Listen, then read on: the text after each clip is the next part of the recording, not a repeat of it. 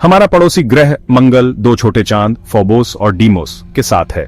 इन दोनों में से फोबोस बड़ा और मंगल के सबसे करीब है। अगस्त 1877 में अमेरिकी खगोल शास्त्री आसफ हॉल ने इसकी खोज की थी। फोबोस का नाम ग्रीक पुराणों के एक पात्र के नाम पर रखा गया है, जिसका मतलब होता है डर या घबराहट। फोबोस मंगल के बहुत करीब चक्कर लगाता है, किसी भी दूसरे चांद के मुकाबले अपने ग्रह के। यह आलू जैसा दिखता है, लगभग 36 गुणा 22 गुणा 18 किलोमीटर का। इसका गुरुत्वाकर्षण बहुत कमजोर है, पृथ्वी के गुरुत्वाकर्षण का लगभग 1,000वां हिस्सा। अगर आप फोबोस पर खड़े हो सकते तो आप आसानी से किलोमीटर ऊंचा कूद सकते हैं। इसकी सतह पर बहुत सारे गड्ढे हैं जो बताते हैं कि इस पर अंतरिक्ष के मलबे का बहुत बार असर हुआ है। इनमें से सबसे बड़े गड्ढे का नाम स्टिकनी है, जो लगभग 9 किलोमीटर व्यास का है। फोबोस मंगल के केंद्र से लगभग 9,370 किलोमीटर की औसत दूरी पर चक्कर लगाता है। यह बहुत करीबी कक्षा है और फोबोस सिर्फ 7 घंटे और 29 मिनट में मंगल का एक चक्कर पूरा कर लेता है। मंगल की सतह पर खड़े किसी व्यक्ति को फोबोस पश्चिम में उगता और पूर्व में डूबता दिखाई देगा, हर मंगल दिवस में 2 बार। मंगल के इतने करीब होने का मतलब है कि फोबोस पर मजबूत ज्वारीय बल लग रहे हैं, जो इसे धीरे धीरे मंगल के और करीब खींच रहे हैं। वैज्ञानिकों का अनुमान है कि अगले 30 से 50 मिलियन वर्षों में फोबोस या तो इन ज्वारीय बलों से टूट जाएगा, जिससे मंगल के चारों ओर एक छल्ला बन जाएगा, या मंगल की सतह से टकरा जाएगा। फोबोस की एक और अनोखी विशेषता इसकी सतह पर रहस्यमय खांचे या रैखिक गड्ढे हैं। इन खांचों का कारण अभी भी बहस का विषय है। कुछ का मानना है कि ये ज्वारीय बलों के कारण बने हैं, तो कुछ का मानना है कि ये मंगल से निकले पदार्थ के प्रभाव से बने हैं। मंगल प्रणाली को समझने की हमारी खोज में फोबोस अध्ययन का एक आकर्षक विषय बना हुआ है। डीमोस मंगल के 2 चंद्रमाओं में से छोटा और सबसे बाहरी है। फोबोस की तरह इसे भी आसफ हॉल ने अगस्त 1877 में खोजा था और इसका नाम भी ग्रीक पुराणों के एक पात्र डीमोस के नाम पर रखा गया है, जिसका मतलब होता है आतंक या भय। डीमोस अपने बड़े भाई फोबोस से अलग दिखता है। यह ज्यादा चिकना है। माना जाता है कि यह चिकनाई रेगोलिथ यानी महीन धूल और टूटी चट्टानों की एक परत के कारण है। डीमोस फोबोस से काफी छोटा है, लगभग 15 गुणा 12 गुणा 10 किलोमीटर का। अपने छोटे आकार और कम घनत्व के कारण डीमोस का गुरुत्वाकर्षण बहुत कमजोर है। डीमोस पर खड़ा एक अंतरिक्ष यात्री लगभग भारहीन महसूस करेगा। डीमोस मंगल से लगभग 23,460 किलोमीटर की औसत दूरी पर चक्कर लगाता है। डीमोस को मंगल का एक चक्कर पूरा करने में लगभग 30.3 घंटे लगते हैं। मंगल की सतह से डीमोस आकाश में धीरे धीरे चलता हुआ दिखाई देगा। फोबोस और डीमोस दोनों की उत्पत्ति वैज्ञानिक बहस का विषय बनी हुई है। एक प्रमुख सिद्धांत बताता है कि ये क्षुद्र ग्रह हैं, जिन्हें मंगल ने अपने गुरुत्वाकर्षण से पकड़ लिया है। हालांकि मंगल के चारों ओर उनकी लगभग गोलाकार और भूमध्य रेखीय कक्षाओं को केवल इस सिद्धांत से समझाना मुश्किल है। भविष्य के मिशनों का उद्देश्य इस रहस्य को सुलझाने में मदद करने के लिए इन चंद्रमाओं से नमूने एकत्र करना है। जब हम पृथ्वी से परे जीवन की खोज करते हैं तो हम उन परिस्थितियों की तलाश करते हैं जो जीवन का समर्थन करती हैं, जैसा कि हम समझते हैं। सबसे महत्वपूर्ण घटक है तरल पानी, जो जीवन की प्रक्रियाओं के लिए आवश्यक जटिल रासायनिक प्रतिक्रियाओं को सुगम बनाता है। जीवन के लिए एक और मूलभूत आवश्यकता ऊर्जा का स्रोत है। पृथ्वी पर अधिकांश जीवन सूर्य के प्रकाश पर निर्भर करता है, लेकिन जीवन सूर्य के बिना भी पनप सकता है। जीवन के लिए आवश्यक रासायनिक तत्वों के एक समूह की भी आवश्यकता होती है, जिन्हें संक्षिप्त रूप CH-NOPS से जाना जाता है। अंत में जीवन के लिए एक स्थिर वातावरण आवश्यक है, जिसमें हानिकारक विकिरण और अत्यधिक तापमान से सुरक्षा शामिल है।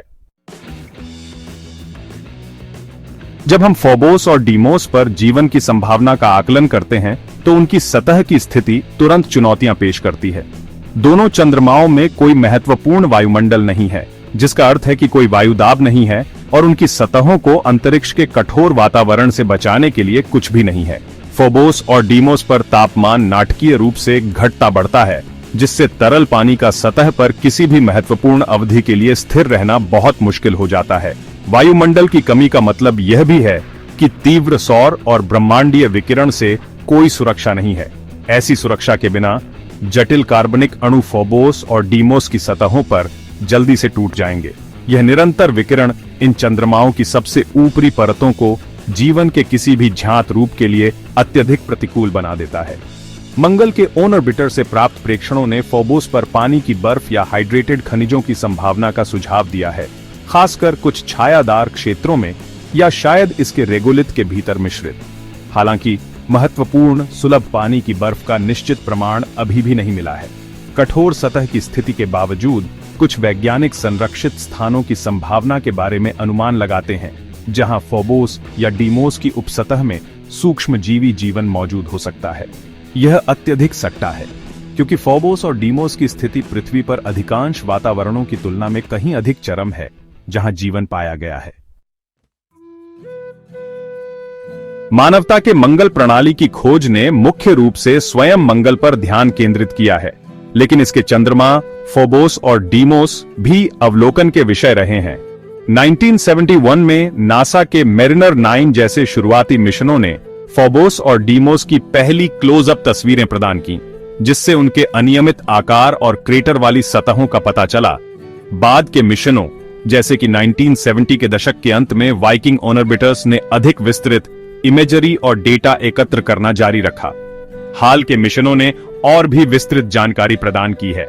नासा के मार्स ग्लोबल सर्वेयर और मार्स रिकॉन्सेंस ऑर्बिटर, यूरोपीय अंतरिक्ष एजेंसी के मार्स एक्सप्रेस के साथ सभी ने फोबोस के कई क्लोज फ्लाईबाई किए हैं। इन मुठभेड़ों ने इसकी सतह की उच्च रिजोल्यूशन इमेजिंग, इसकी स्थलाकृति के विस्तृत मानचित्रण और स्पेक्ट्रोमीटर का उपयोग करके कुछ संरचना विश्लेषण की अनुमति दी है। विशेष रूप से फोबोस का अध्ययन करने के लिए डिजाइन किए गए मिशन भी रहे हैं। हालांकि मिश्रित सफलता के साथ सोवियत संघ ने 1988 में 2 जांच फोबोस 1 और फोबोस 2 लॉन्च की। फोबोस 2 ने संपर्क टूटने से पहले कुछ डेटा लौटाया। हाल ही में 2011 में रूस के फोबोस ग्रंट मिशन का उद्देश्य फोबोस पर उतरना और पृथ्वी पर एक नमूना वापस करना था, लेकिन पृथ्वी की कक्षा छोड़ने में विफल रहा।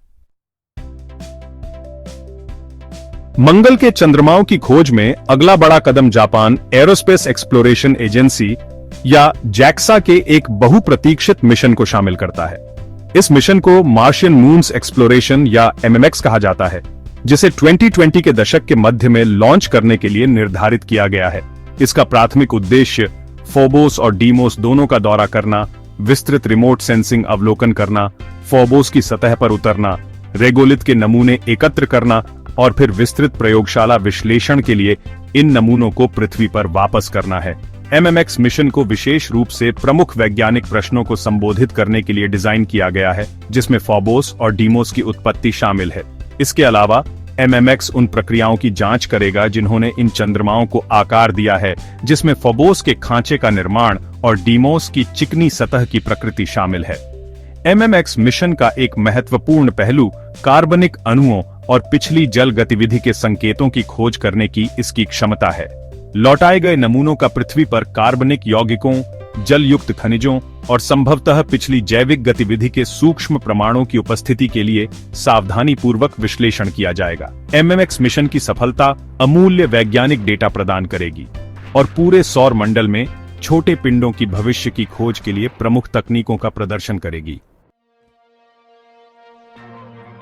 फोबोस या डीमोस पर जीवन, यहां तक कि साधारण सूक्ष्मजीवी जीवन की खोज का विज्ञान और मानवता के लिए वास्तव में गहरा प्रभाव पड़ेगा।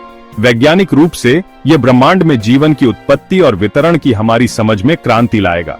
यदि इन छोटे प्रतीत होने वाले बंजर चंद्रमाओं पर जीवन पाया जाता है, तो यह सुझाव देगा कि जीवन पहले की तुलना में बहुत व्यापक वातावरण में उत्पन्न हो सकता है या जीवित रह सकता है। इससे हमारे सौर मंडल में और अन्य तारों की परिक्रमा करने वाले एक्सोप्लैनेट पर जीवन खोजने की संभावना काफी बढ़ जाएगी।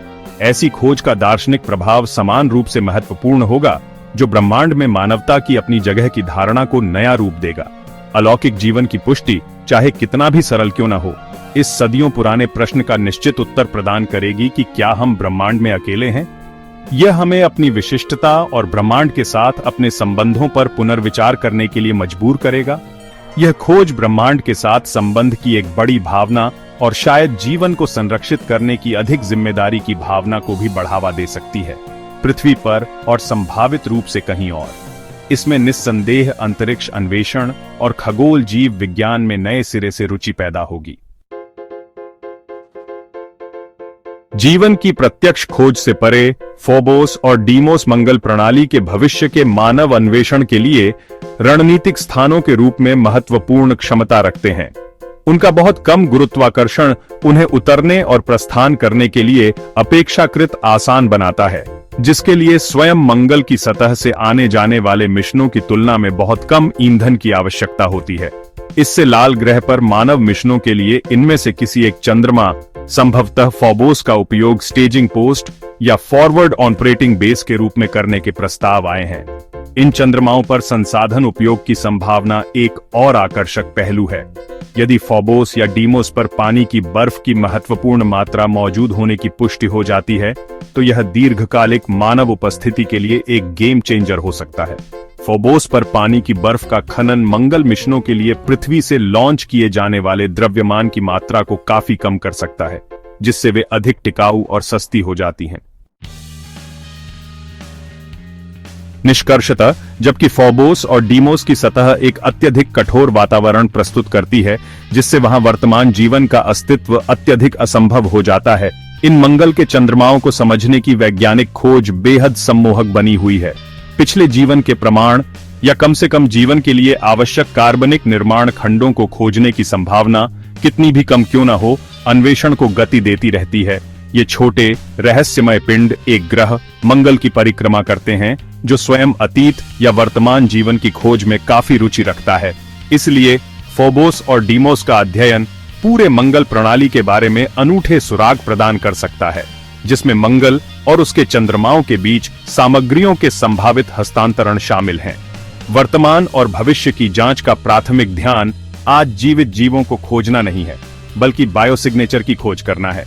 जैक्सा के MMX मिशन का उद्देश्य फोबोस से लौटाए जाने वाले नमूनों की पृथ्वी पर अत्याधुनिक प्रयोगशाला तकनीकों के साथ ऐसे किसी भी निशान के लिए जांच करना है।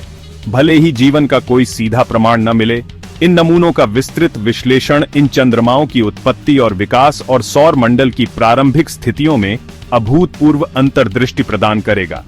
अंततः फोबोस और डीमोस की खोज ब्रह्मांड में हमारे स्थान को समझने और पृथ्वी से परे जीवन की खोज के लिए मानवता की बड़ी स्थायी खोज का हिस्सा है।